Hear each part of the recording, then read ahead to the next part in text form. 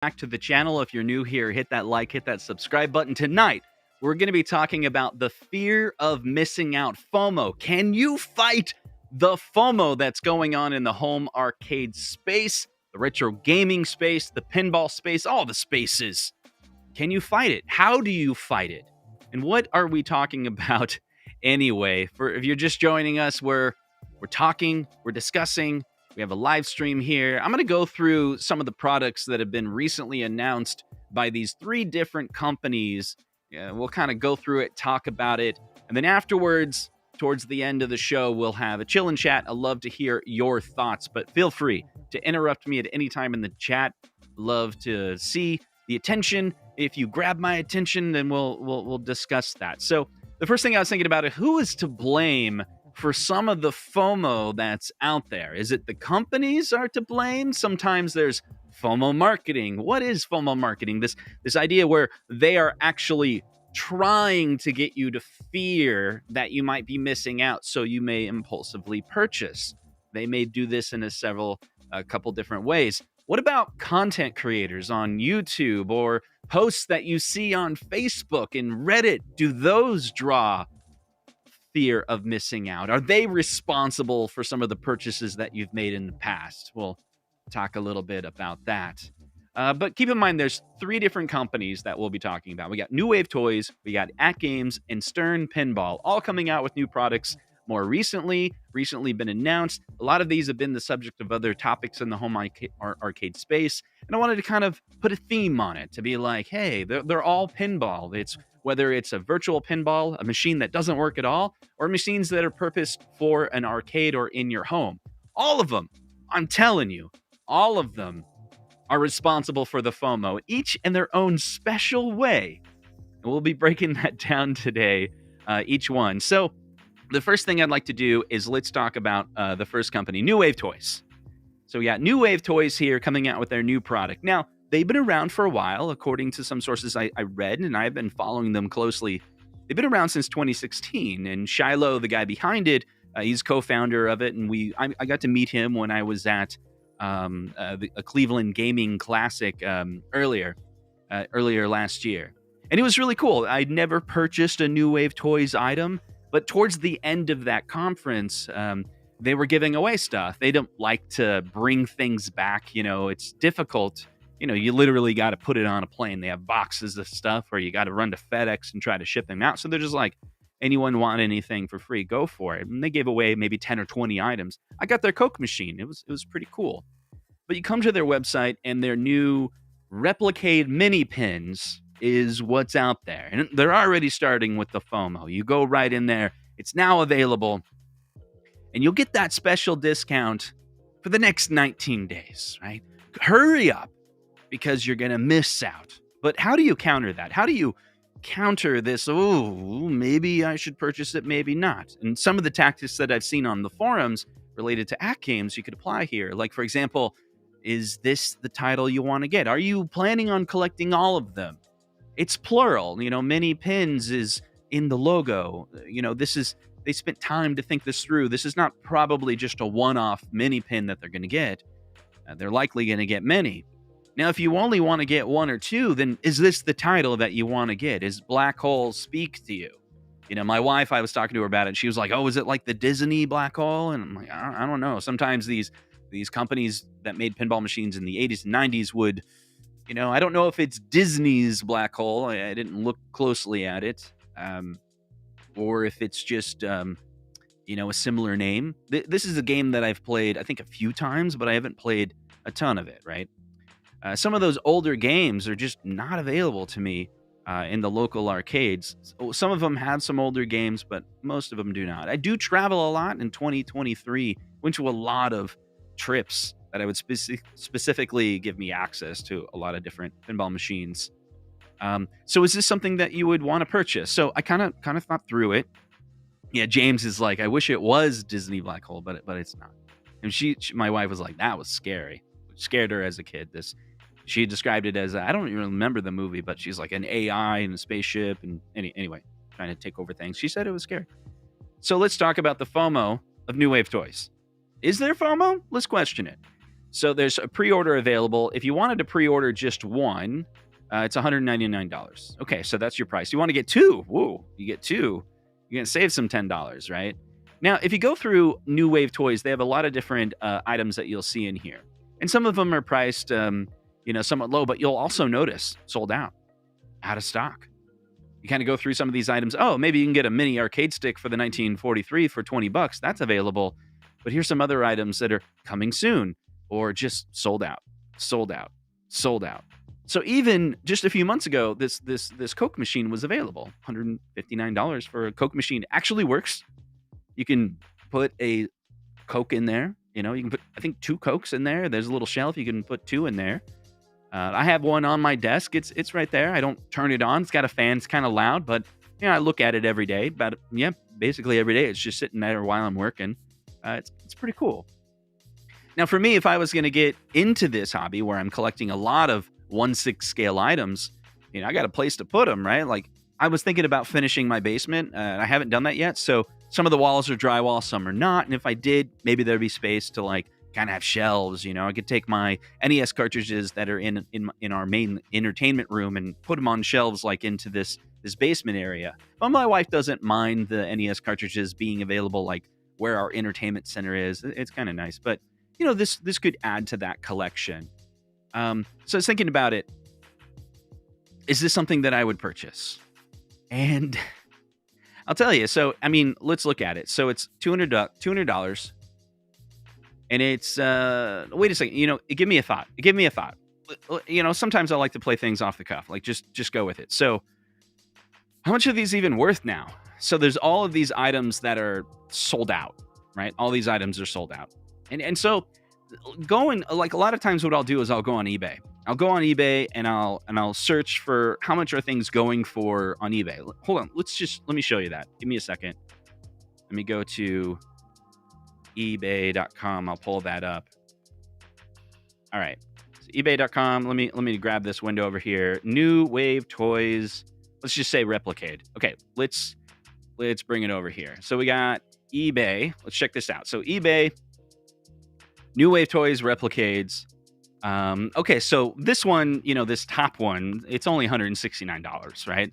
Nothing to freak out about. It's hope you guys can see the screen. $169 for the 1942. I remember this coming out, and I was like, I remember. It's kind of funny because I was almost pulled in to this one because my story is when I got into arcades, I was very young. I want to say I was 6, 1987. I stayed at the Ronald McDonald House for several weeks. Yeah, Scaredy Cat says go to the sold listings. This is a good point. It's a good point. Let's go to the sold listings. Over here, we should be able to do that. So I stayed there for a few weeks, and because my brother was having open heart surgery, and I basically had access to all of these arcades that were there at the Ronald McDonald House. It was either 1942 or 1943 was there. I want to say it was 43. And he was there, and I played a ton of it. And I remember that, all the way. And I remember coming back. My brother got older. He had a second open heart surgery. And so we were back at exactly the same spot. And I stayed there for a week or so. And while my brother's having surgery, I'm whatever, playing all these retro video games. They had a pinball machine there, but I can't remember what it is.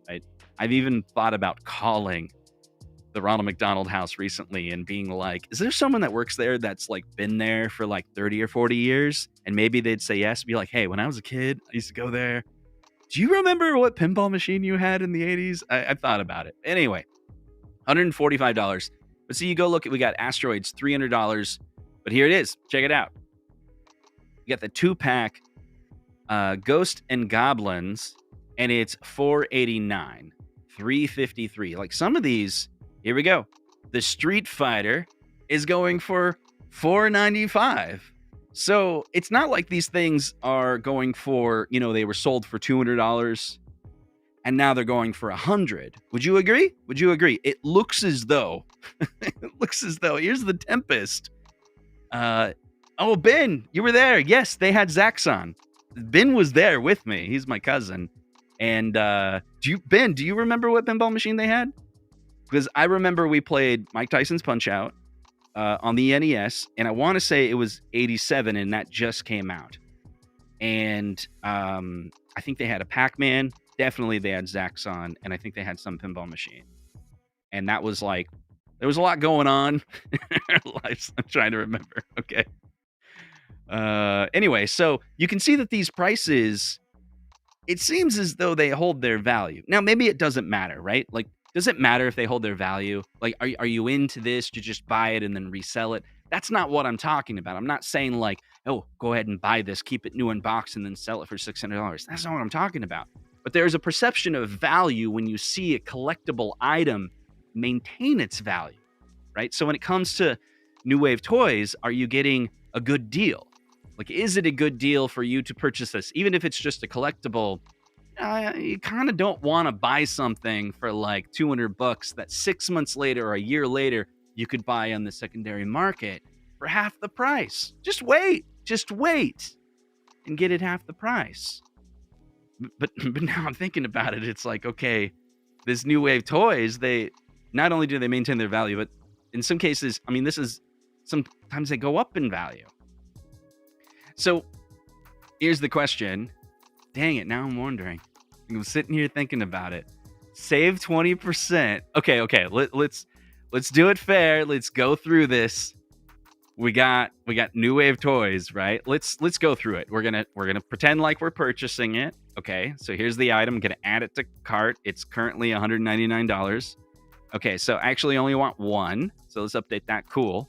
So I'm gonna go to checkout. I don't think it should autofill my information. Okay, so I do have a plugin, right? On my Chrome plugin, it's gonna go through and try a whole bunch of coupons. Let's see if, yeah, okay, so it just entered the mini pin. But there it is. $160. $160 for the black hole Replicade mini pin. $160. Will it keep its value? You in the chat, let me know. Do you think when it just comes to this New Wave Toys mini pin, black hole, purchase it as a collectible item, it's non-physically working, it does turn on, it has bells and whistles, it recreates the track mode, you can get it for $160. Will it maintain its value? Will you get joy out of it? Is it worth the $160? Now, then there's the secondary question. Carrie Hardy's in the chat. Yeah, man, I think it's called the Capital One. The Capital One plugin. If you go look up the Capital One plugin, anytime you go to, this is a Shopify site for sure. It has the same look and feel as other Shopify sites. You go onto the website, it just starts doing it. And what's cool is my understanding of that plugin, the Capital One plugin, I think there's a few more. What it's doing is it's tracking you entering a coupon on newwavetoys.com, submits that to some Capital One backend or whatever. And it's like, hey, this dude saved $40 off this item. And then I just think that's crowdsourcing the coupons. I could be wrong because I'll see it try a few things. That's my understanding of how it works. So it's kind of clever. You probably take the risk of them tracking more than that, but at least it's not some random plugin. It's like backed by like a credit card company. I think. Okay. Yeah, Carrie Hardy, he said he bought 2 of these and it was $371. I liked your content, your video on that. It was great intro. Of course, you have great intros. You were like, yeah, I bought 2 of them. It was great. I did not see it coming. I was going to comment. I don't think I commented on your video. I was going to be like, I literally laughed out loud when you said that. Who is this for? Or whatever, however you were putting it. You were kind of exaggerating how ridiculous this product is. Yeah, I bought 2 of them. Anyway, so $160. Let's see. Sir Sega is saying, yes, it will maintain and increase in value. As I'm sitting here getting FOMO over myself, my goal of this episode was to have a conversation with you guys about what I do to fight the FOMO and say, this is what you got to do to think it through logically. And here I am going like, wait a second, maybe I should get one. See, the fear of missing out marketing works. It freaking works. This is a $199 product that's pulling on our nostalgia heartstrings. You can recreate a little miniature 1/6 scale arcade room that can now have it's not a virtual pinball machine. I thought through this. I was thinking, imagine it was workable. Now, if it was workable, that would mean it had an LCD screen in it, because it's highly doubtful it was going to be mechanically working. Other people online that make workable, like quarter scale or 1/6 scale, these machines, what they do is they put an LCD in it, right? But if New Wave Toys did a 1/6 scale pinball machine that has an LCD, that's a replica of a virtual pinball machine, right? That would be my complaint. I'm like, you didn't recreate a real mechanical pinball machine, as Carrie Hardy says, which I always thought it was fantastic. One of the reasons why it's enjoyable to come up to a real pinball machine is because you escape this. You escape a screen. There's no real screen time. Even when you're in front of a pinball machine that has an LCD screen, you're not staring at it. It's like, doesn't count as screen time. There is definitely a fascination about hitting that ball and getting some targets and getting some score, and maybe there's some addiction to that, similar to the screen time, but it's kind of an escape from the digital world, and you're in this different world. And it's great because you can go to a real arcade and experience that with other people, with tournaments and such, and that's something that's good. But when it comes to New Wave Toys, I don't think they were able to really give you everything that we wanted. Like, it would be amazing if New Wave Toys, for that price, $200, actually made it where you could pull that plunger. The ball comes around, goes ding, ding, ding, ding, comes down slowly. You could actually hit the ball, and the shots, by scale, what they do, put some type of solenoid, or is it literal mechanical? When you're pressing those buttons, it's literally hitting a switch that will make the flipper go up. Maybe not a solenoid, maybe it's non-powered. It's just a little dinky toy, I don't know. Like, we'll dink around and the ball will hit, but will the parts get broken because you hit it too hard and it cracks the plastic? And maybe it's just not possible at that scale to do that. So I like how 19K Fox put it. It's like, these 1/6 scale LCD arcade games that he doesn't even play them anyway. Not the 1/6 scale machine. You play it once, put it on the shelf, and just enjoy it. So when it comes to a 1/6 scale pinball machine that appears to maintain its value, $160, is that going to continuously spark joy after a year or two? And that's the question I have. And so I talked to my wife about it earlier. I'm like, she's like, oh, maybe you should get one, but they're going to come out with more. Am I going to collect them all? I don't think I'm going to collect them all. So maybe I just wait. Maybe I counteract the FOMO by saying, this is not the title for me.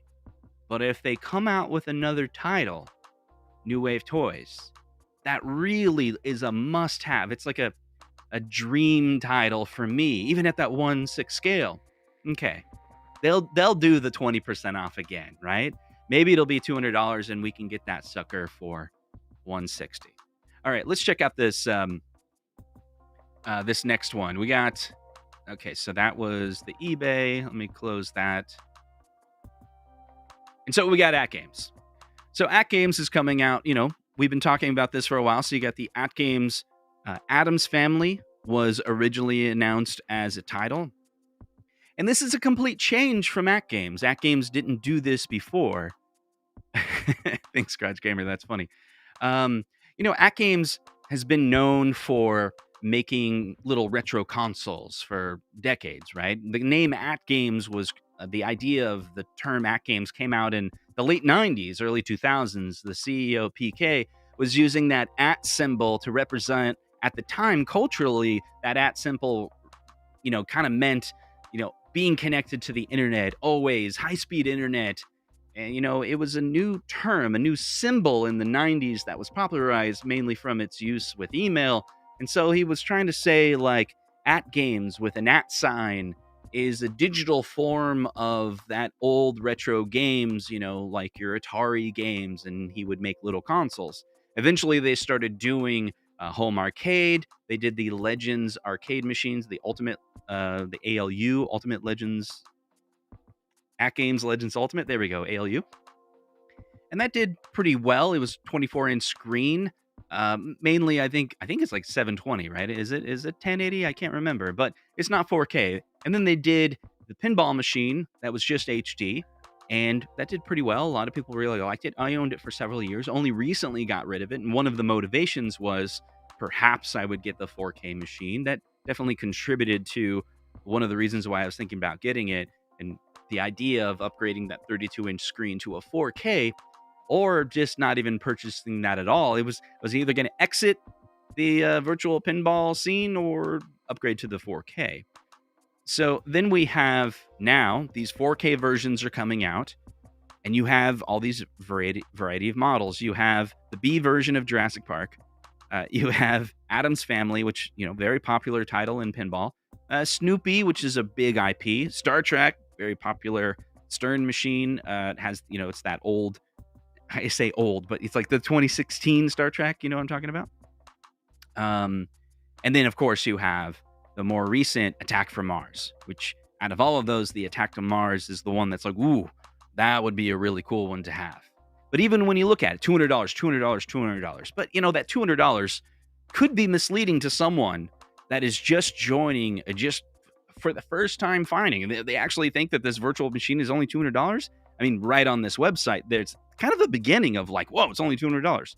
There's nothing on this page that says that's the pre-order, like down payment. To be fair, this page does not say pre-order price. It says $200. But maybe that's just a FOMO, just something to entice you to click in, and you'll see price is $200. Regular full price is $1,400. I'm telling you, man, like if you read it, like you know nothing about AtGames, then you see the title and you're like, oh, pre-order. Got it. Pre-order. You probably say in the chat, dude, no one's that stupid. Maybe. But even then, you're like, okay, it's regular full price at $14.99. The pre-order is $200. And then you can add it to cart, and then they're gonna ask for more money later. Why is this pre-order area super grayed out? Now, I'm not saying that AtGames did this on purpose. I'm not saying that AtGames specifically put gray on white to try to get people confused about the pricing. I just think that's a developer that had a bug. But, you might not want to have gray on white. Like, you can barely read that. Anyway, so the pre-order price is $10.99. It gives you that non-refundable $200 deposit, estimated delivery between December. That's already passed if you pre-ordered. So there's all these different prices, right? So this one's interesting. There's a lot of interesting things coming out about it. There's still some questions, and definitely on this one, I have not pulled the trigger on it because I still have a lot of questions unanswered. And I don't know if I'm willing to spend that amount of money on a virtual pinball machine where I don't have those main questions answered. Because I talked about this on my music live stream. My music live stream yesterday was all but music. It was like almost no music and it was mostly talking. But here's the idea with the AtGames Legends pinball machine. The pattern. We've been burned in the past. Now, AtGames maybe didn't burn us in the past. You could maybe say that Arcade 1-Up did. Maybe it's not fully Arcade 1-Up's fault, but people got excited with the Zen partnership with Arcade 1-Up. When that machine came out, we were like, oh, it's tall, it's taller. Like, it's a nice fit size, but it's a smaller screen. I wish it was a 32-inch screen, but it's only a 24. People were, like, making justifications for it. One of the things that was not very cool about the Arcade 1-Up is if you looked closely at those flippers, first of all, the flippers themselves on that particular machine, the way the camera was set up, it was a little small. And then there was the jaggedy edge. And maybe you could justify that. I think many times I did. I was like, it's not that big of a deal. Not big of a deal. 720p on the Arcade 1-Up. The fidelity is not as good as it could have been. And then, AtGames came out with their machine, was like, we got you with the 1080p. We don't got no jaggities. So I ended up buying that. So then I have the Arcade 1-Up and the AtGames. And there was all these different things you could do to upgrade the AtGames, and that was really cool. But now they're coming out with the 4K. And just because AtGames has a track record of delivering higher fidelity and relatively low lag on the AtGames Legends HD pinball machine, I'm still questioning whether that'll be the case for the 4K machine. And so it's easy for me to not have FOMO with the AtGames pinball. Those of you that have ordered the AtGames pinball, I hope everything goes well with it. I'm not trying to cast doubt or anything like that, but I'm just telling you my perspective. For example, a lot of the shots that are coming from Wagner don't show his hand. I haven't seen it where you could really, like, I was thinking about it. It'd be great to take his footage and measure how long it takes, how many frames of lag there is between clearly the button being pressed and then the game, flipper moving. That's not available because I don't think there was really a good shot where you could really do that. I'm not claiming that Wagner did that on purpose. It's just I have questions that are unanswered. And then the people that did play it at Chicago, was it Chicago Pinball Festival? They did report that it had lag issues, but people say, well, that's an early build. Sure, that's an early build. But we've seen that pattern before. Maybe not from AtGames, but remember Arcade 1-Up. The early builds of some of the, Marvel vs. Capcom 2, they even promised Marvel vs. Capcom 2, we'll get rid of all these issues. This is an early build. There's going to be updates that come later. And in the end, there was software challenges that couldn't be fully resolved without new hardware. And it seems as though that the Marvel vs. Capcom 2 has a degraded experience. Maybe they fine-tuned it as best as they could, but it doesn't have full rich features of what you could get on, say, like Fightcade, because Fightcade's running on a PC and doesn't have those hardware constraints. So it's possible that Arcade 1-Up made a mistake. I don't know all the details, but it's possible they made a mistake on the hardware that they picked for the Marvel vs. Capcom 2 and they underestimated the capabilities of their software developers to be able to resolve those issues. And it took time. Now, AtGames didn't do that. But is it possible that AtGames could come up with the same problem? Well, we know that AtGames has a history of coming out with new firmware updates for the AtGames Legends Ultimate that sometimes fix things, sometimes break things, then fix things, and then break things, and fix things, and break things, just because there's a new shiny tool, a new shiny toy that's coming out from AtGames, and the 4K is promising a lot. Their partnership with Zen, and I'm thinking that Zen worked with them closely and said, look, buddy, we got to pick, a good rock chip that's not going to suffer from any lag issues like we had with Arcade 1-Up.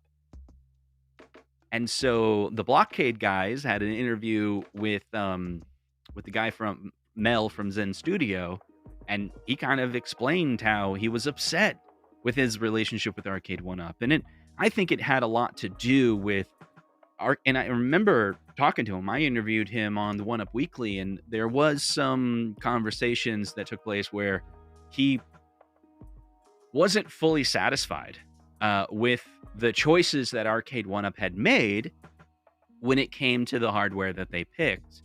And it had to do with how much it would cost for them to manufacture it, and that's all on Arcade 1-Up, and how much the retailers are willing to pay for it. That was on the Arcade 1-Up side. And I think maybe Zen felt bad about that relationship where they're like, we don't have a lot of control. They wished they could be like, no, we want our level of quality for any Zen product that you're going to buy at Costco to have this level. And Arcade 1-Up said, we need it here so we can get that margin of price. And, maybe they underestimated how much it would cost to make those. Because why was it that the Arcade 1-Up pinball machine debuted at, they wanted to go at $500, but then it came out $550. And then soon after that, it went to $750 because of part shortages, or maybe the number they were able to sell within a short period of time made them realize they're going to have to put a lot in warehouses. And warehouses cost money. It's a big expense for a company like Arcade 1-Up to hold a 100-pound machine in warehouses for a year that you're not able to move. That's not free. You basically got to charge the customer for that cost, or at least that's what appears they did when they raised those prices to $750. I don't know the details. Maybe it was just their manufacturing costs, maybe their warehouse costs, but it happened. right? And so now we got AtGames coming out with their new pinball machine. Will it be perfect? I don't know. For me, that's quenching that thirst. Or is that the right term? Like, I'm not pulled into the FOMO for many reasons for the AtGames. And it's because they did this thing where they were like, hurry up and buy because you're going to get that pre-order discount. But at the same time, we have many titles coming out. And I think maybe those other titles coming out, maybe one that I'd want to get. And then by then, maybe someone will do a full review, a review that answers most of my questions and maybe some of the community questions about the quality of this product from a lot of different camera angles that could allow you to, kind of get an idea of how it feels.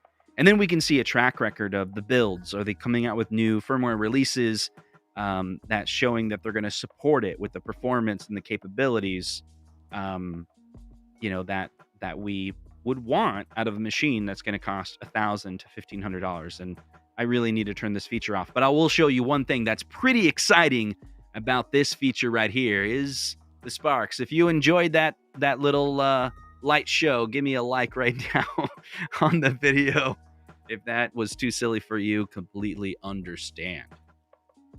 All right, guys, so let's go on to the next topic. We got this. Let me turn off my music here. Oh, that's right. I planned something really weird for this section. I don't even know if I like what I'm about to show you. It's kind of weird how I planned it. Okay, so my plan was to... This is convoluted. Okay, I was going to go full screen here. And then I wanted to reveal to you guys that, hey, give me a break. Give me a break for a second. So while I was at CES, I was able to play Jaws Pinball, but I haven't really talked about my thoughts on it. You know why? Because no one cares. But here we are, deep into this podcast, 30 minutes into. So the people that are coming hang out, they're my real fans that I think actually want to know what my opinion is for Jaws. If you want to know a better opinion about Jaws, go talk to Kerry Hardy. He hasn't played it. I'm not trying to be mean, Kerry. I'm just trying to be funny, right? But people respect his opinion.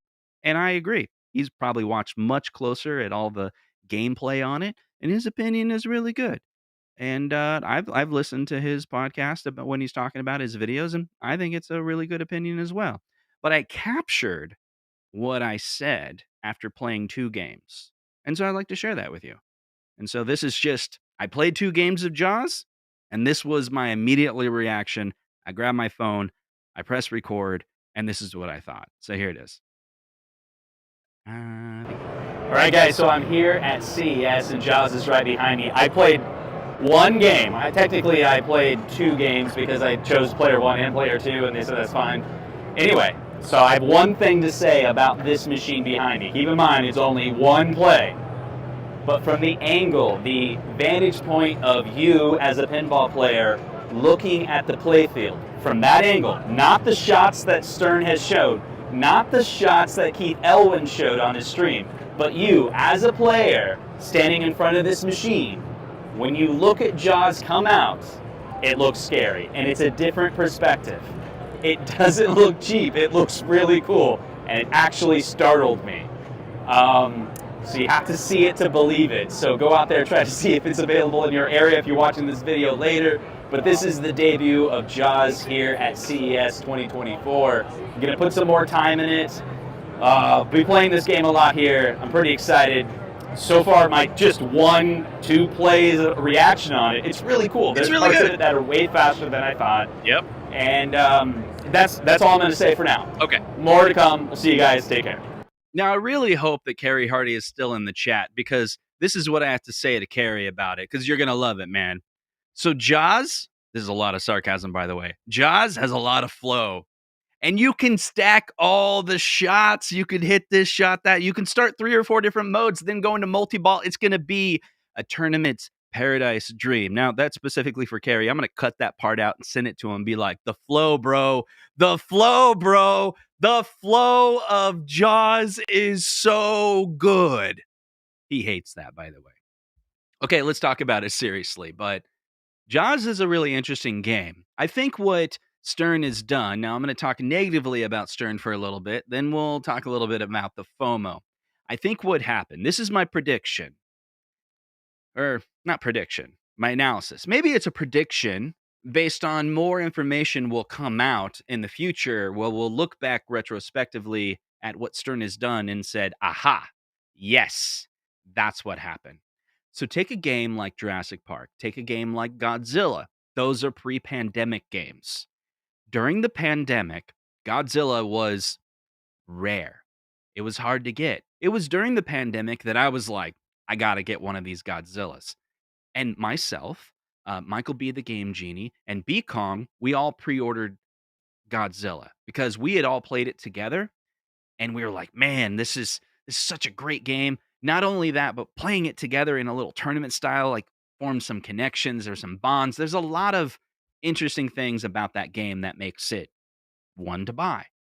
Now, that's the opinion of a handful of people in the home arcade space, but Pinside says number one game. You go talk to people at the tournaments. Godzilla is definitely a fun game that people invest a lot of time in to be able to get some pretty good scores to knock players out, or or just get far into the game so they can win the tournament. Like that's a fun game to play. Even the pro, it's great. And even if you're new to pinball, it's like very obvious targets and it's fun, it's satisfying. So there's a lot of good reasons why you'd have a Godzilla machine. But the part shortages took place during the pandemic or towards the end of the pandemic period where, people weren't going outside and there was a huge effect on, part shortages.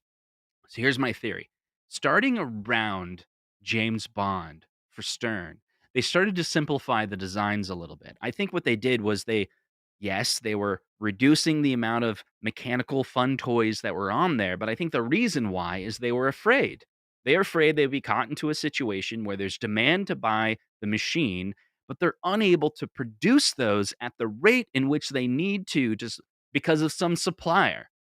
So some of their, mechs that are on the machines are a little simpler. And you go look at Venom, you can see the same thing. So you got James Bond Pro. James Bond Pro is awesome. It's a very, very fun game to play. I was at a tournament yesterday. We were all talking about James Bond. That was the most conversation, that most epic title that we're all talking about. There's one guy who owns an LE. He's like, do not regret getting a James Bond LE. That game is great. But the Pro kind of looks a little simple. It's a little more plain, right? It at least has drop targets, that they're very clear by that missile. You jump to Jaws, part of the game is to hit these drop targets. The Pro doesn't even have the drop targets at all. They're just stand-up targets that you can hit them and they don't fall down. That's it. You look at Venom, same thing. The layout, the way they did it just feels like a little bit more simpler. And again, I think that's less about how much it costs to make a machine and more about, are they mitigating the risk of choosing a part that's difficult to make that a supplier may not be able to deliver on time because they outsource the manufacturing a lot of those individual parts to other companies. They pride themselves at some of the things that they're like, "Oh, we make that in-house. That little toy is in-house," but a lot of things are outsourced.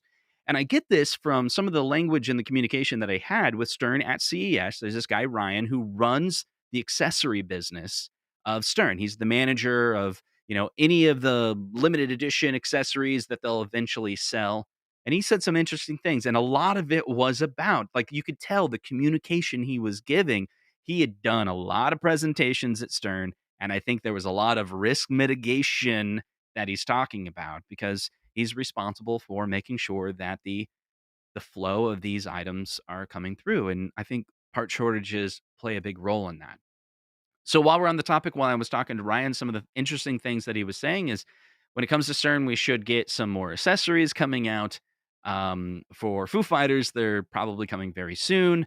And if you watched, I don't know if you guys noticed this, but if you watch B Kong's video, did anyone catch it? Ryan basically says pretty specifically what the Foo Fighters topper for the Stern pinball machine is gonna be. Did you guys catch it? He says, "Well, I don't wanna get ahead of myself," is what he said. He's saying the Stern topper is gonna have bobbleheads, which is a rumored thing on Pinside that the Foo Fighters topper is actually gonna have the heads of the musicians of the band as like a what, a bobblehead? Yeah. And maybe it would unlock special modes, and there's other theories that it would actually come with callouts. And there's this other rumor that the Foo Fighters pinball machine doesn't have all the callouts. It was gonna have the callouts, but then the drummer died, and they're like, "Maybe we shouldn't add any callouts, you know, out of respect." I don't know, something like that. But maybe when the topper comes, they'll update the code, and maybe it'll come with callouts, or maybe they'll reserve the callouts from the band. You have to buy the topper? I don't know. I don't know. But here's the thing. How does Stern deal with FOMO? Well, man, they're on top of the FOMO. They're like literally FOMO kings. So unlike the other companies, Stern specifically, let's look at Jaws for a second. They have 3 models. They have the Pro, the Premium, and Limited Edition. The limited edition is designed FOMO. It's specifically, this is going to sell out. Hurry up and buy it. We only have 1,000 of it. Get it. Now, you might be saying you're being harsh, Justin. You know, the pinball scene is filled with a lot of rich people and there's a lot of benefits to the limited edition. Here's my view of the limited edition from Stern. And this is interesting because I think this this is different than AtGames. This is different. I think so. I think it's different than AtGames, Arcade One Up, or New Wave Toys. Here's my understanding of why Stern does the limited edition.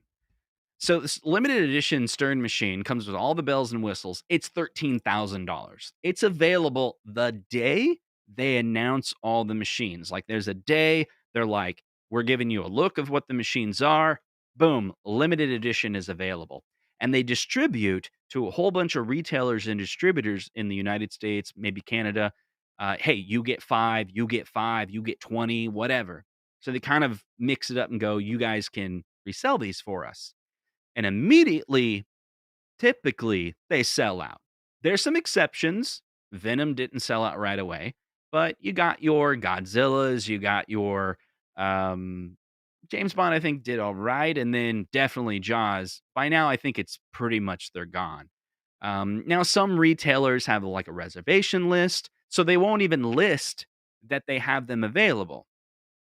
It's because they've already went to their reservation list and say, "Hey, we got 5 limited edition.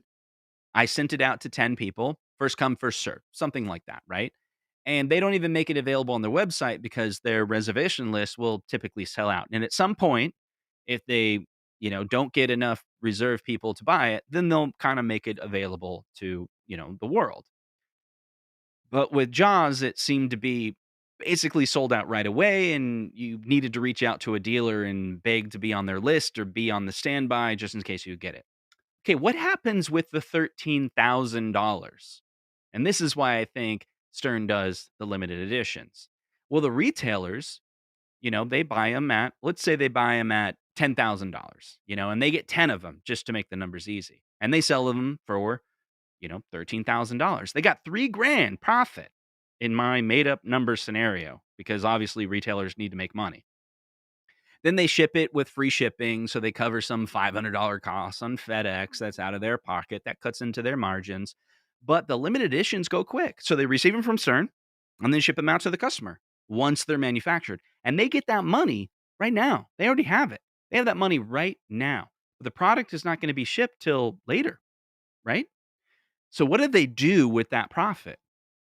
They order the pros and they order the premiums.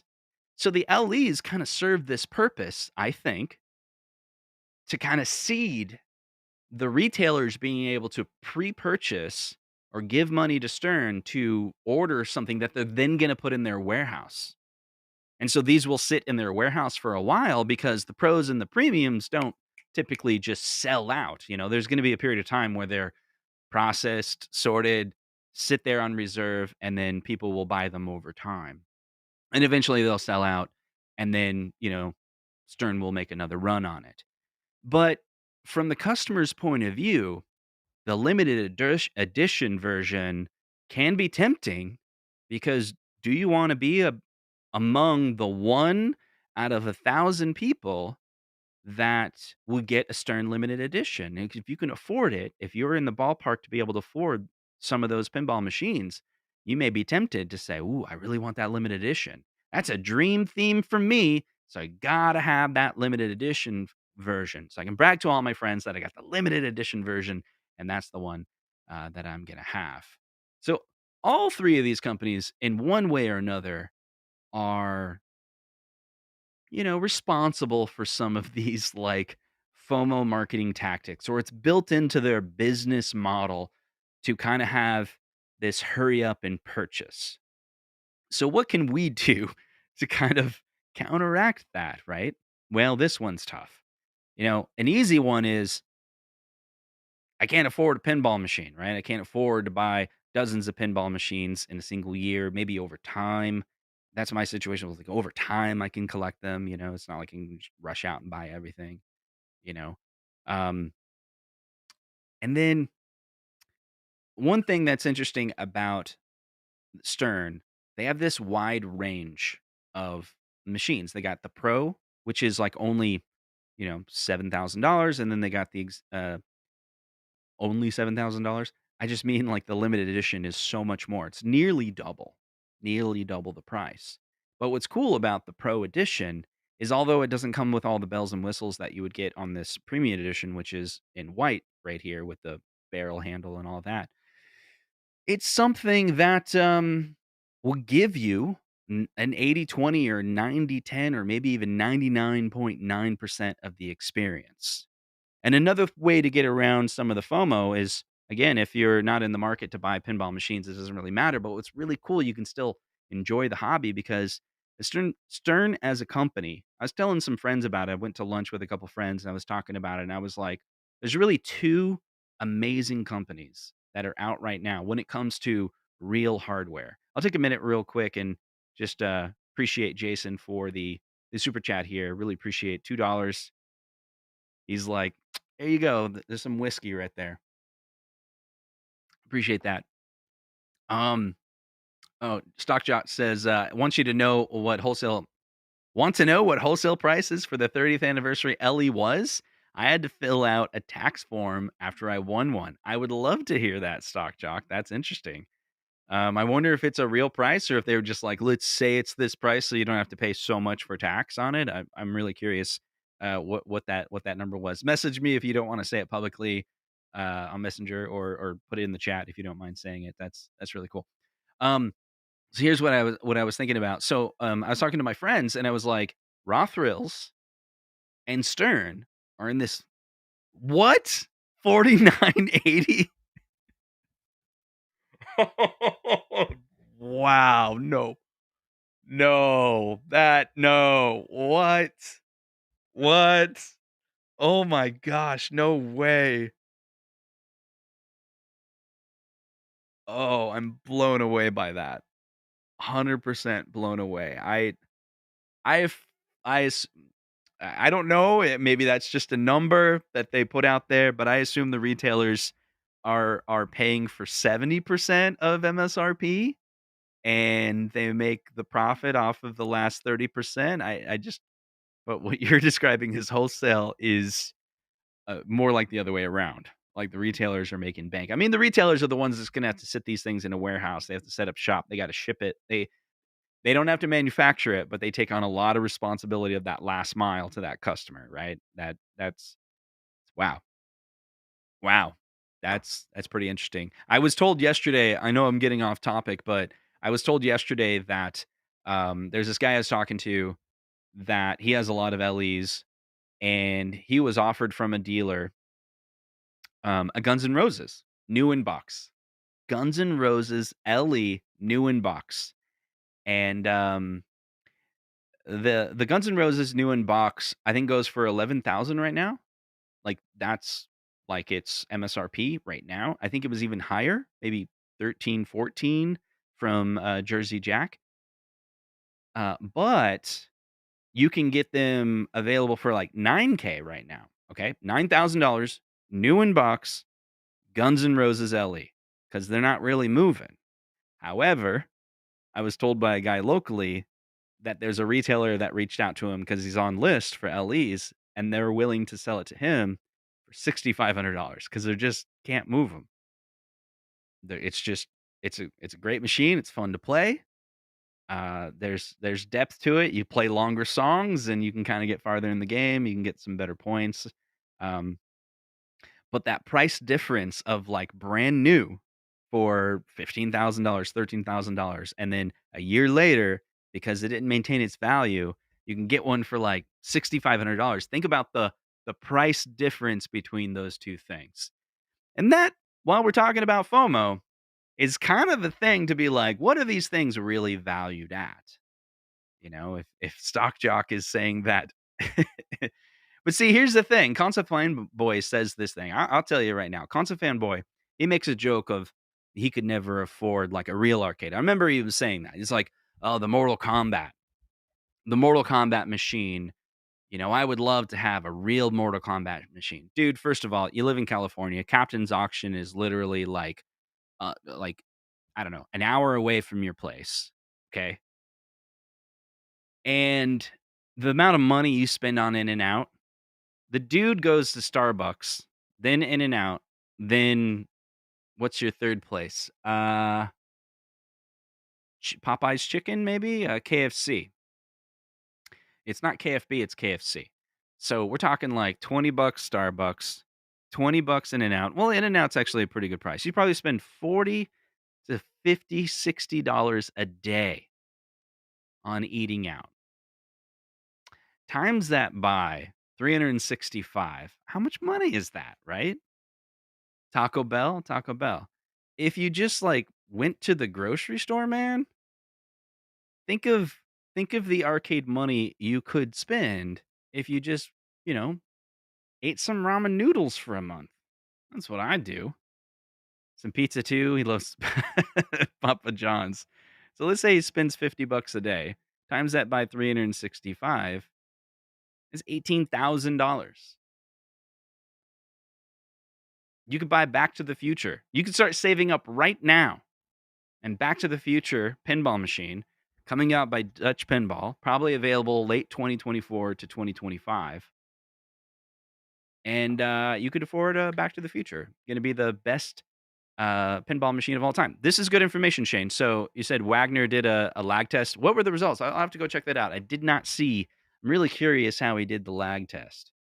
Because did he use a 1,000 frame per second camera? Did he use an iPhone at 240 frames per second and then do the math to be able to figure out the lag test? Because, I've seen people do lag tests, and my boy Retro RGB, Bob, like, he's got tutorials on how to do a lag test accurately. So now I'm wondering if Wagner Tech Talk is familiar with how to accurately do a lag test. Is he lag testing the monitor? Is he using lag test device to be able to figure out how much the delay is between HDMI and the screen itself, so that we can calculate the minimum lag, no matter what, is going to be from that monitor itself. So that can be the minimum. And when it comes to virtual pinball machines, like 3-4 frames, you get 100 milliseconds in lag, you're gonna feel it. You're gonna feel it. You can adjust. You can always adjust. And the worst thing is it variable lag, right? So there's ways to measure the lag, and then you lag test about 10 times and see if you get the same result every time you run that measurement. And if you run it 10 times and you get exactly the same measurement, then you're not getting the variable lag. The worst thing you can do is get the variable lag, because then you can't adapt to it at all. Try to play Mega Man with a variable lag television that sometimes adds a couple extra frames and sometimes doesn't. So you're like trying to anticipate that jump when you're trying to boop, boop, boop, boop on Mega Man. Can't be done. There you go. A month of ramen. Need to come along with. Yeah, maybe. But hey, you could save a lot of money. That's for sure. Let's hold on a second. So let's chat, guys. So, out of all the three topics that we talked about tonight, what is the most interesting um, product or company that you're thinking of following? Keep an eye on when it comes to these products. So, the three topics that we talked about, we got New Wave Toys. New Wave Toys coming out with these miniature arcades. Do you own them already? Do you already have 1/6 scale? If so, what's your favorite one? Did you purchase, pre-order um, the the new mini pin Replicade. Is that something you're interested in? Are you planning on collecting them all? You going with the black hole Sean? Are you going with the first one that they came out with? Is that something you're gonna pass on? Right. What about the AtGames Legends 4KP? Is that something that you already pre-ordered? Is that something that you're thinking of, but waiting for that right title to come out? Did you already get yours? I know there's a few people that got theirs, but I don't think the general community has actually received their At Games Legends pinball just yet. You know, and then when it comes to Stern, where are you at with any of the Stern machines? I got the Jaws Premium, but we'll talk about that later. Did you pre-order anything from Stern? I know there's some people in the community that are really excited about some of the machines they already came out with and the future. There's two more machines. My guess from Stern is I've heard a lot of rumors about maybe a Spider-Man coming out, and then I've heard rumors about Pokemon coming out from Stern Pinball. Maybe those are the two other cornerstone stones. And I asked Ryan from Stern specifically to try to get some information about the DMD re-releases, which could be really interesting. I know there's been talks from Stern that they want to reduce the cost of the entire pinball machine. Like there was an inflated cost recently on these pinball machines, and then the market is demanding that these prices drop, and they need to adapt to that. They need to figure that out, and they can't really lower the price, so they're trying to maintain the price. However, is it possible that what they'll do is they will maybe do a DMD re-release, and those don't have an LCD screen, and could they re-release those at a price that those become a new lower price, an easier barrier to entry, maybe compete with maybe their home pins that they had? That was like the Star Wars, the Jurassic Park that have like a smaller screen. Could they use the re-release of the DMD and kind of come out with a pro DMD that's like, 5K or 6K, and maybe it's a title that you just like absolutely have. So you just don't eat it in and out for the next 365 days, and then maybe you can fund that. Let's see what we got in the chat. We got a couple coming in. So JR says, I really can't wait to see the Foo Fighters topper and the art blades. Yeah, and then remember, JR, I think you have the premium, right? So the premium is ready for the expressive lights on the side. So that could be an option as well. The art blades with the expressive lights kind of all built in. Haven't seen anything what it would look like. I as of right now, I don't think I'll get those. Like I have the Foo Fighters pinball machine. It's very, very fun. Um, but I don't want to fall for that FOMO. Definitely there's some FOMO in there. So we'll see. Stockchuck says he purchased it because I did play Black Hole quite a bit. I didn't care for I didn't care if it was playable or not. I'm buying them because I think they are collectibles. Yeah, I was thinking about that as well, but I'm not quite there. Tony C, he pre-ordered the Adams Family and Attack from Mars. Wow, that's giving me FOMO right there. Like that's the thing. You can buy two Stern. Okay, collect them all, right? That's a thing. Okay, I'm standing at the street corner every day with these big letters FOMO on my sign, hoping to get Jaws Premium. Yeah,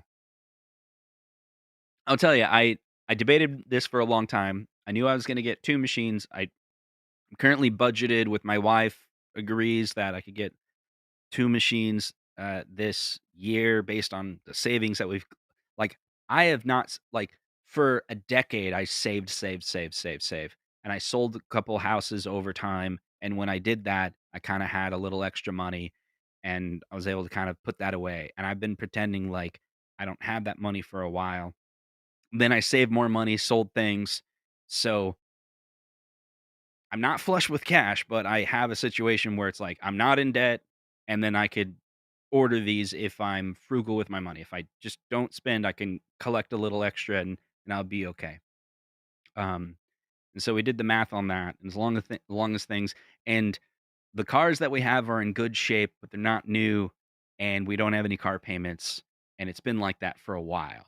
And so when we bought our cars, we had like this extra expense carrying with us for a while. We had those paid off, and we're just like, nope, we've owned these for a very long time, and we kept them in really good shape, and that's really helping with keeping costs low. So then save up money and buy some things that I can really enjoy.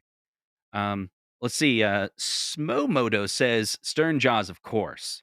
NWT is not NWT, New Wave Toys is kind of cool, but I don't collect them. And the 4K ALP is going to be unplayable at 100 milliseconds plus. I can't stand that.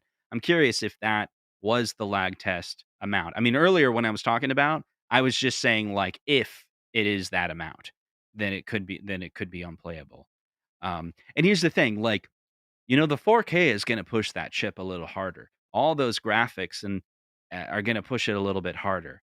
So and then you're gonna be spending that much more. So if you're spending less and the fidelity is not as high, and because the fidelity is lower on like the HD machines, maybe the lag was more bearable to us. I thought it was okay. It wasn't great, but it definitely existed.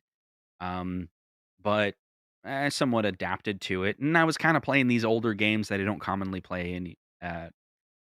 commonly play. And even when I had the AtGames Legends pinball machine, I wasn't playing a ton of real machines. But at this point, it's just like every day I play several games, and then I play tournaments. I did a tournament yesterday. I got another tournament next week, in fact, in Dubuque on Saturday going to this guy must have like 30 machines. And so they all do this a tournament in his house, and it's an official tournament on IFPA.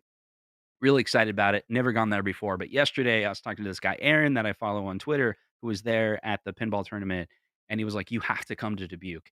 It is the best pinball tournament. I'll show you guys. I'll show you what this guy has. It's called Jay's, what's it called? Silver Ball? Yeah, it's like 3 hours, Ben, but I'm um, heading out there,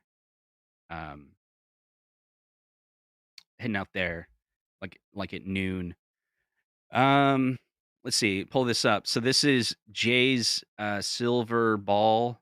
This is his basement, and pretty much everyone that was at the tournament, like yeah, that's Trevor. He beat me yesterday at, was it James Bond? We were 10 million away. Yeah, almost every one of these guys. So this is in Dubuque, but they came out yesterday for the championship for the Iowa championship. Um, and so this is them a while back, January 1st. I didn't go to this one.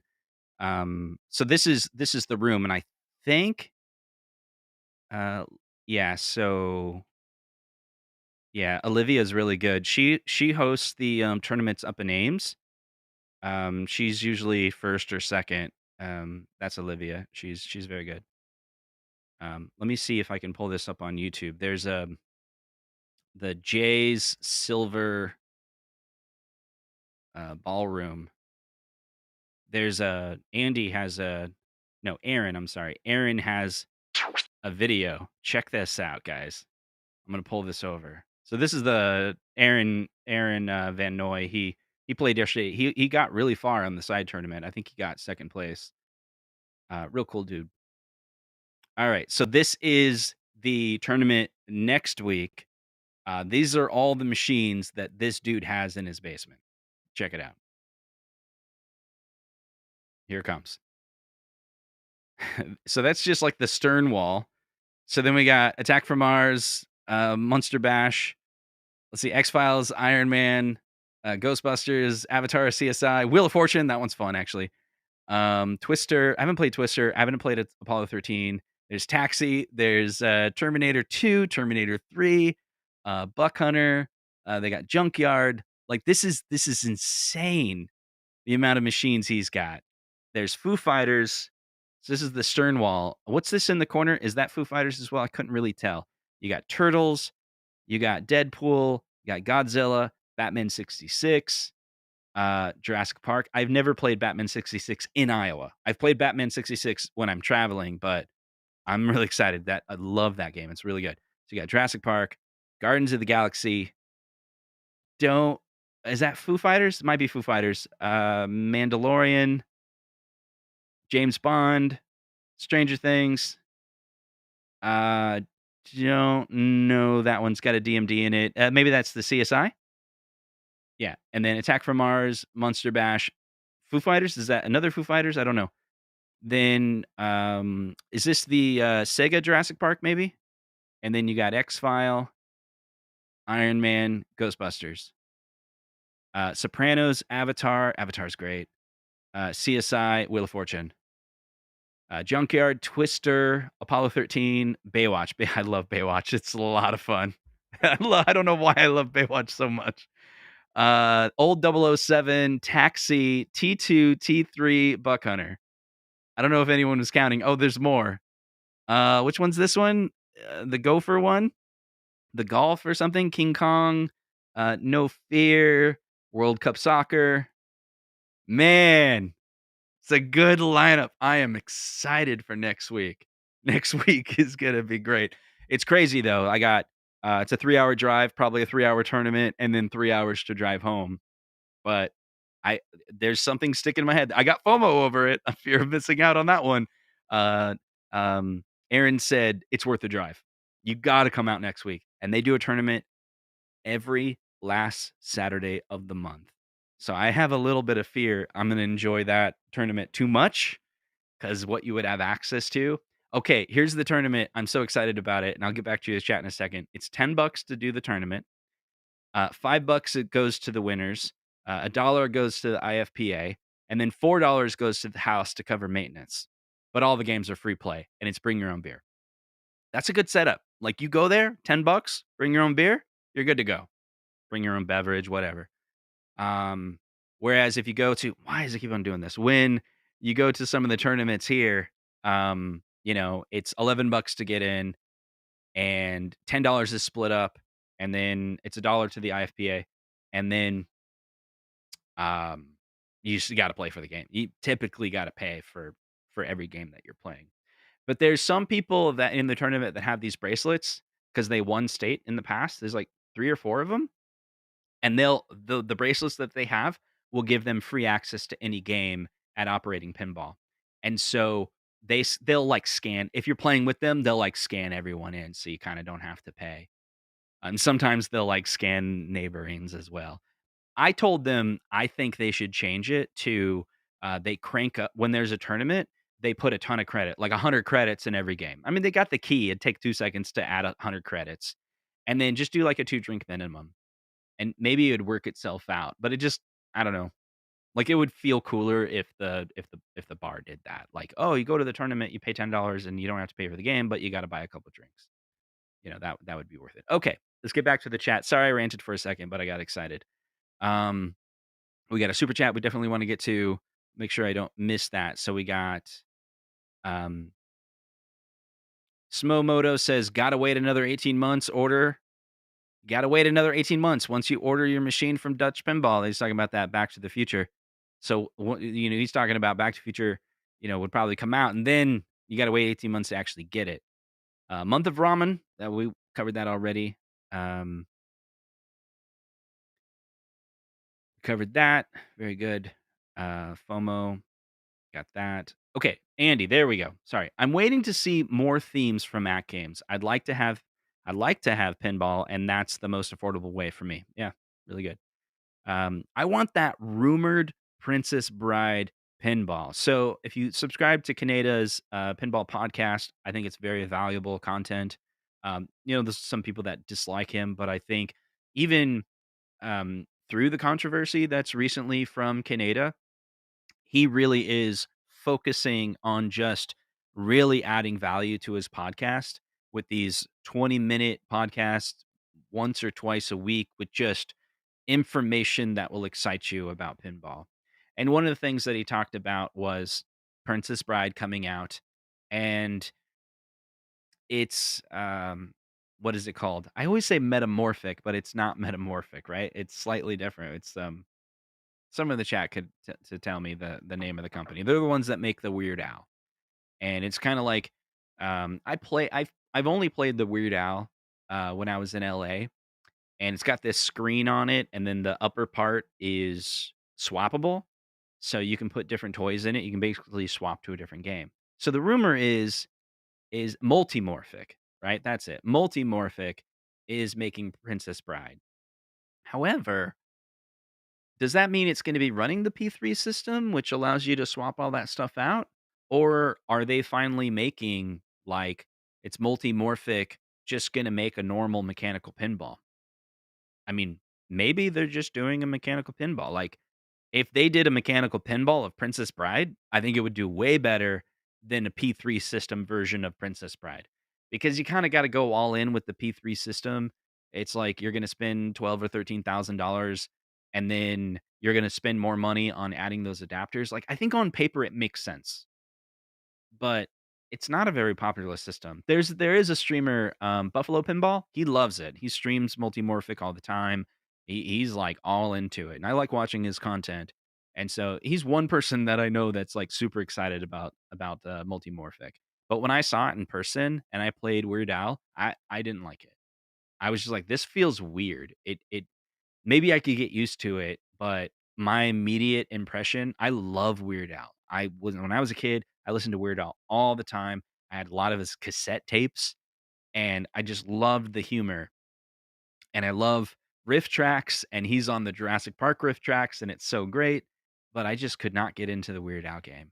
And I couldn't, just the way the flippers are positioned, it just felt weird, felt odd. So it just wasn't for me. Um, Having a mustache is itchy. I don't know how you guys do it. Let's see. You have the premium. I think you're missing out on a lot. I think you're missing out a lot not playing console games. There are plenty of amazing, probably never tried like Red Dead Redemption. Yeah, I'm just not into modern console games. I'm probably missing out, but I don't have a fear of missing out. Let's see.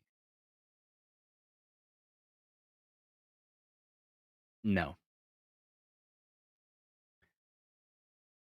Yeah, how they get away with charging extra for side graphics is crazy, isn't it's 250 bucks typically? Like, you can buy from third-party sources, um, like, 100 bucks for our blades, but I think isn't the Stern ones, like, 250? That's the thing. I was like, I don't know if I'm gonna spend 250 on that."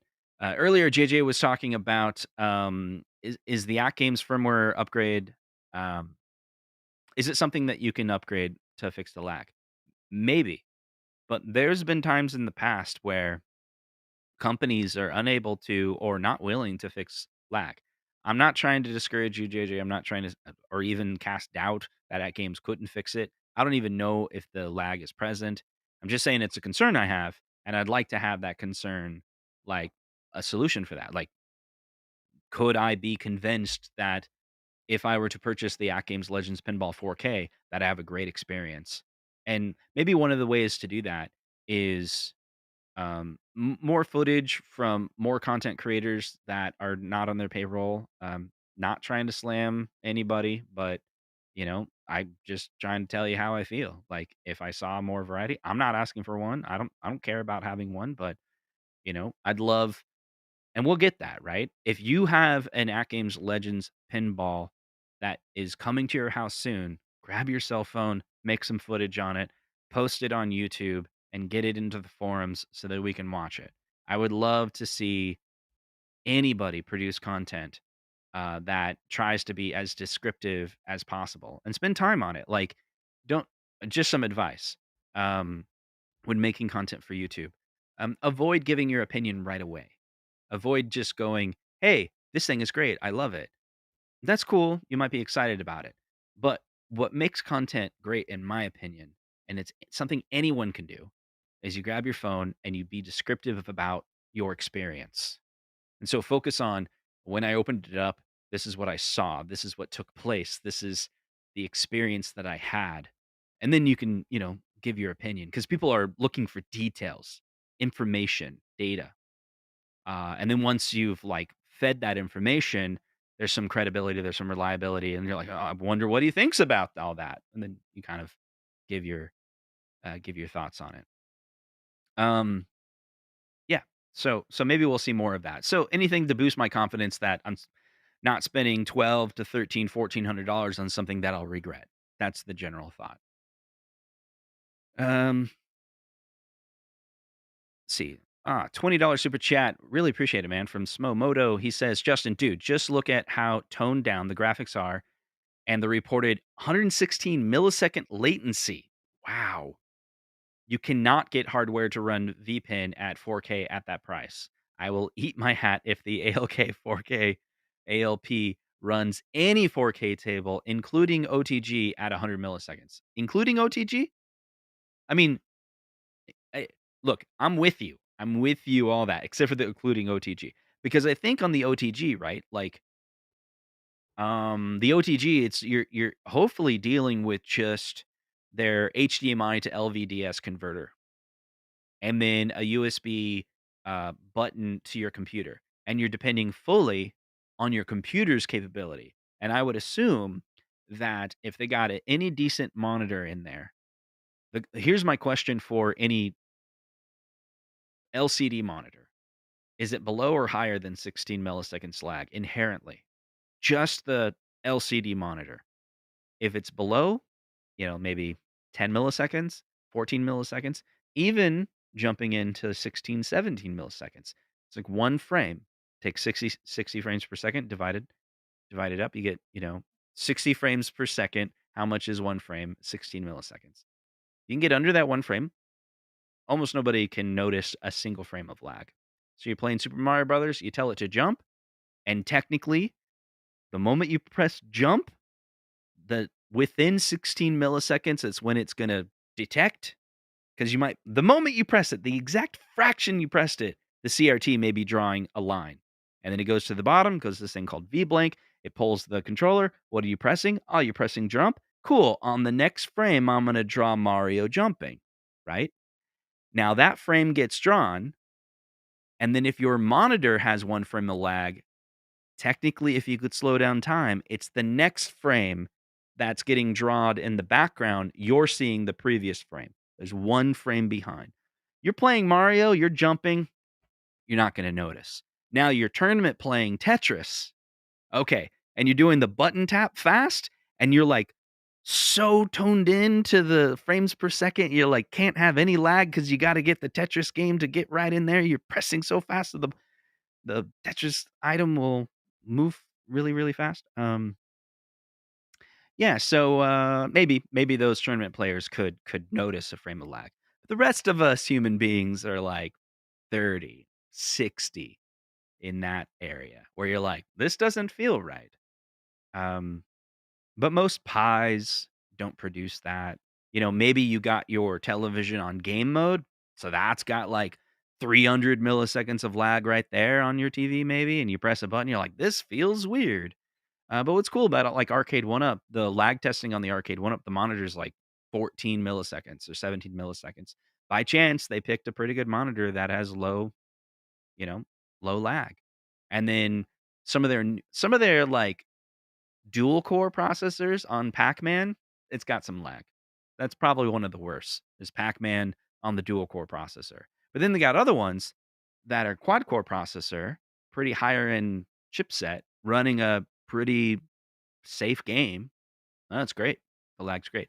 Then it's an online gameplay. So once you throw in all the code that's like, oh, it's online, it's got the live mode. Inherently, the game slows down because of the live mode.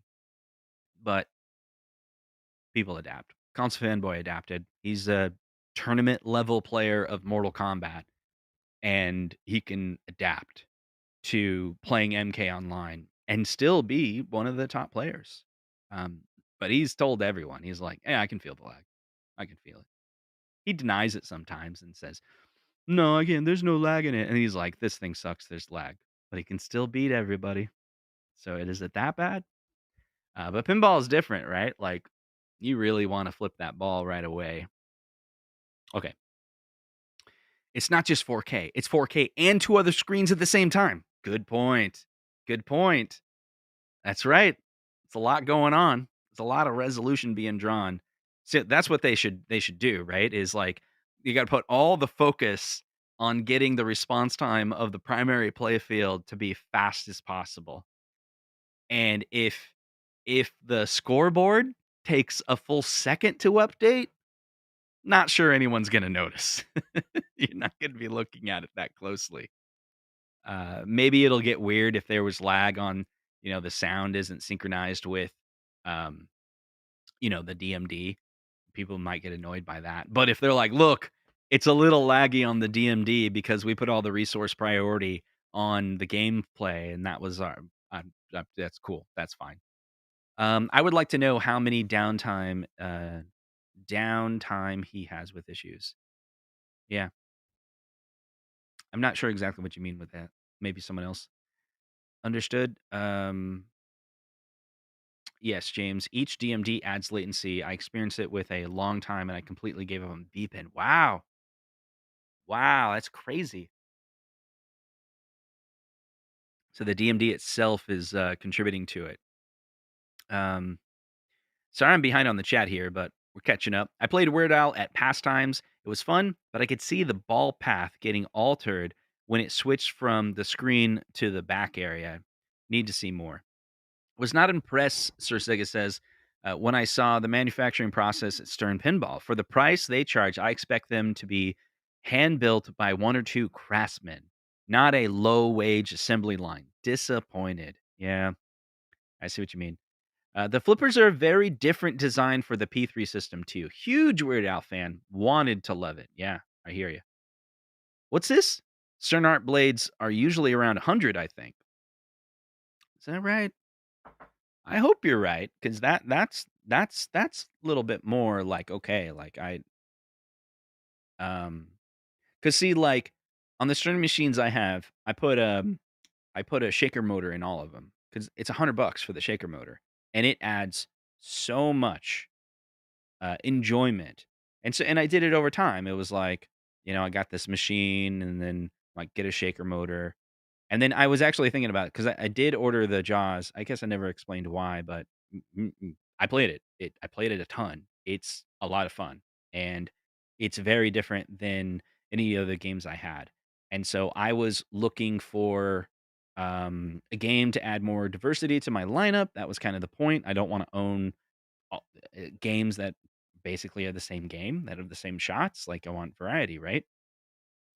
And Jaws, I think they did a pretty good job. Like I could always wish that the quality of the toys were better, but I think it's a really fun game.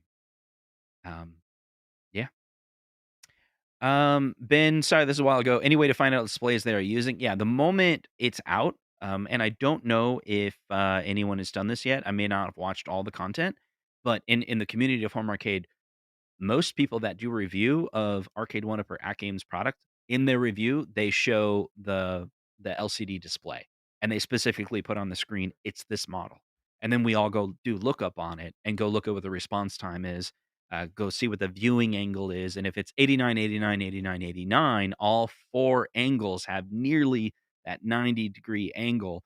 That means you can come up to the monitor. Basically, an ultra sharp is what we're looking for. Like an Arcade One Up, especially on this pinball machine, because you're going to be coming in on the side, looking at it down, right? So you got to have like a really good monitor on these pinball machines. But like Arcade One Up has made the mistake where they have a vertical game, so technically the monitors tilt sideways, and they were using like a TN monitor that doesn't have good viewing angles from all four corners, and so you look at it from the side, and it's all ghosted out. And so we in the community have demanded Arcade One Up to do better and to use what's called the BOE monitor, the Best on Earth monitor. It's a brand, and it's similar to IPS. It's technically a TN monitor, so it's got low lag, but it uses Best on Earth BOE. They have patented technology to have a similar to IPS screen, but still with the TFT design. But it looks rich. It looks colorful. It's kind of this best of both worlds where it feels like an IPS screen. We even call it an IPS screen, even though technically it's not. They even call it an IPS screen on some of their specs, even though technically it's not. And they get away with that because It has all the same attributes and qualities of an IPS, but it's technically proprietary technology. And so, yeah, so the BOE monitors look great. And in the past, AtGames exclusively used BOE monitors for all of their products, I believe. Pretty sure. Their 24-inch on their HD arcade cabinet is a BOE monitor. Looks great. 24-inch, 16 by 9, low latency. It's pretty good. I don't know what they're doing on the 4K. Don't know which manufacturer they're using. Don't know the quality, but hopefully it's probably good from when it comes to the quality of the picture. What we've seen is Wagner Tech Talk has a couple reviews on it. There's complaints about the brightness. And he claimed that he cranked up the brightness, or he probably means like his ISO is cranked up to really absorb the most amount of light. And people are like, that doesn't look really good. It kind of looks washed out. Like it looks colorful, but most people are picking at the AtGames 4K machine, kind of assuming that it's the graphics of the Zen Play um, pinball game itself running on that platform doesn't have detail, and so it looks washed out because the game is not like the PC version, the FX3 version that people are used to playing, where everything looks a little bit more realistic. There's a lot of complaints around the ramp. The ramps on the out games look washed out. They don't have that silver shine, I think it is. So we'll see.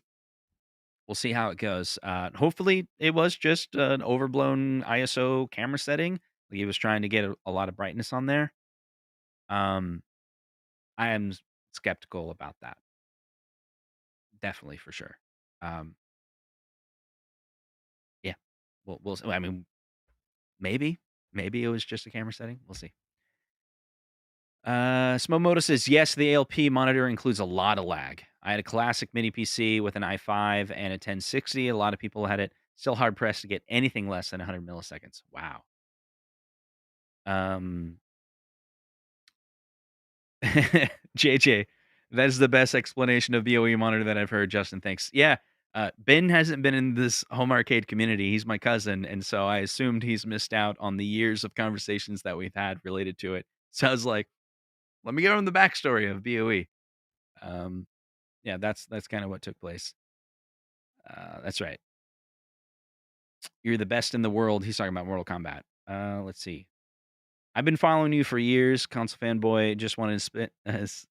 Just want use just what you spend on super chats early in the arcade, the one up weekly shows that would have paid for a brand new MK cabinet. So true. Jason says that he just looked up what the art blades are $99. The 007 armor is silly expensive, 250. I might be thinking of the armor.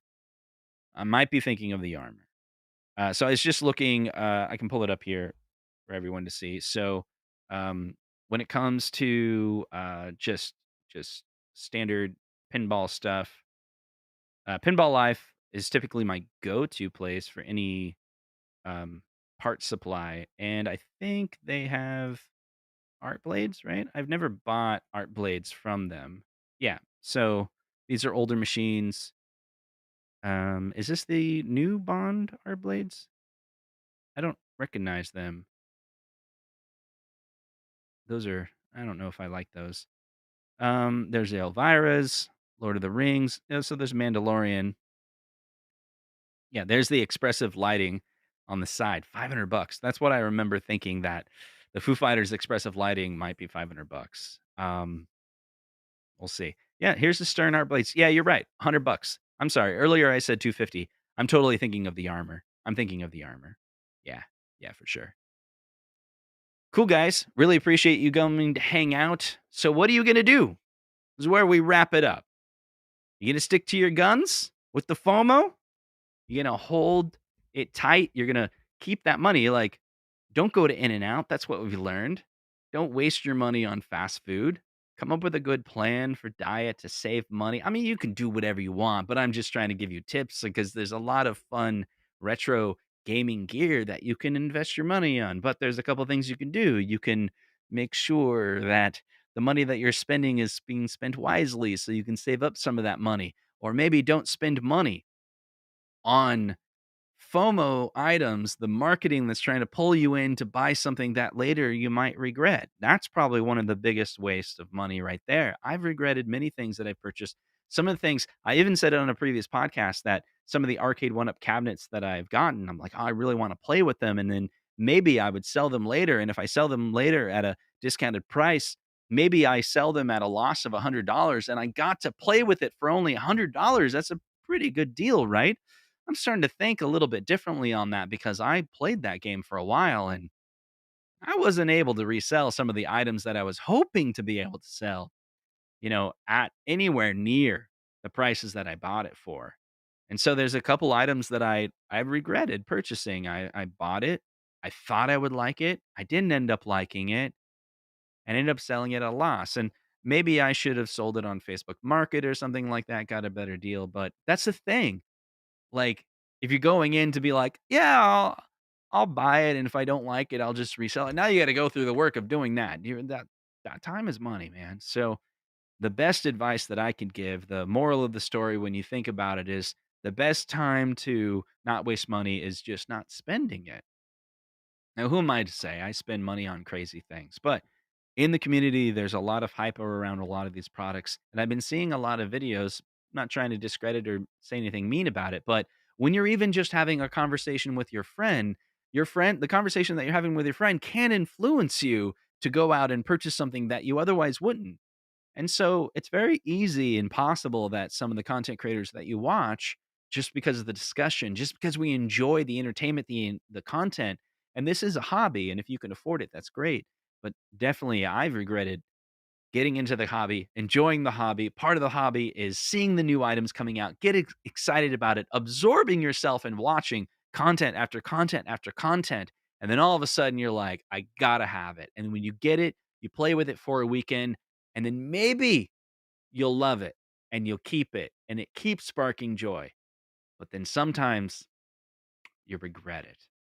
And so I thought maybe this podcast could be just a small effort to kind of counteract that a little bit, just to provide some balance to the community in hopefully a productive way without being mean, without being angry, but just saying, like, hey, these are the three companies that are coming out with a product that are similar by theme because I like to make content about theme.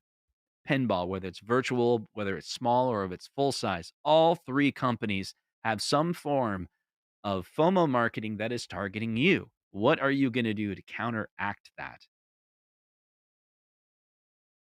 That's the real question that I can't answer. But for me, I'm going to try to do my best. And hopefully, this show was enjoyable to you. And for me, it's kind of therapy for me. But I almost fell for it myself on that mini pin.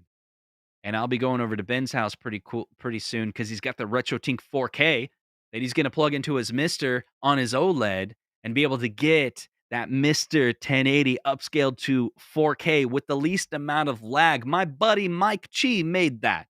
I say that. I met him, Ben, actually.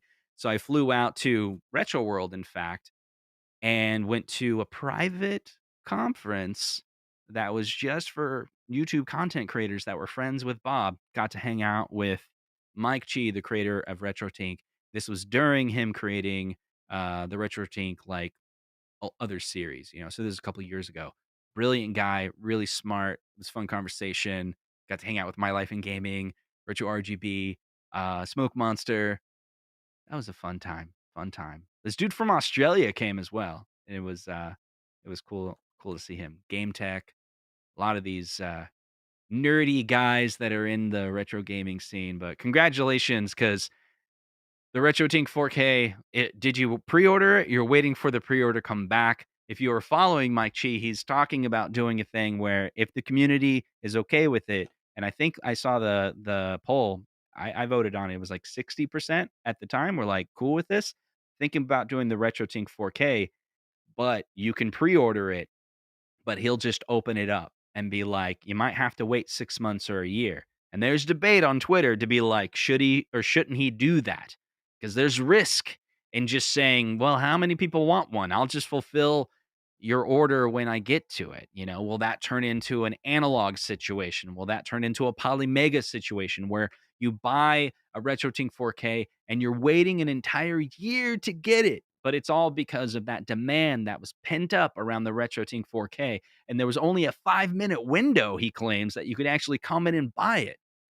Now, I don't think that Mike Chi is into FOMO marketing, but the demand is so high and it's getting higher. There was like a freaking Linus Tech Tips just did a video on the RetroTink 4K. They got 1 million views in 48 hours. People are going to be really wanting the RetroTink 4K, especially when they see the low latency that it gets to upscale 240p all the way to 2160 for 4K. Does amazing things on your OLED, right? It's like the HDR that's on the RetroTink 4K has the capabilities of doing the best scan lines on the market because it can take a look. It can take advantage of that HDR to recreate the brightness levels that an actual scan line would have. It's the best CRT emulator pictures that I've ever seen on Twitter. There's all these creators that are doing close-ups of the RetroTink 4K running on an OLED and showing you that beautiful CRT emulation unlike ever been done before. And that was me just giving you FOMO for the RetroTink 4K. $795. Go out and buy one right away.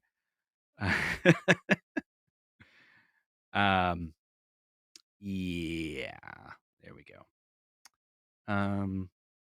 The real FOMO putters, the folks like Justin here, Michael B, 19K Fox, etc., who seems to buy everything that comes out. There you go. Let's see. I waited 9 months for my analog pocket. Yeah, that one's pretty good. I got that one too. It's very nice, very easy to set up. The auto updater is great.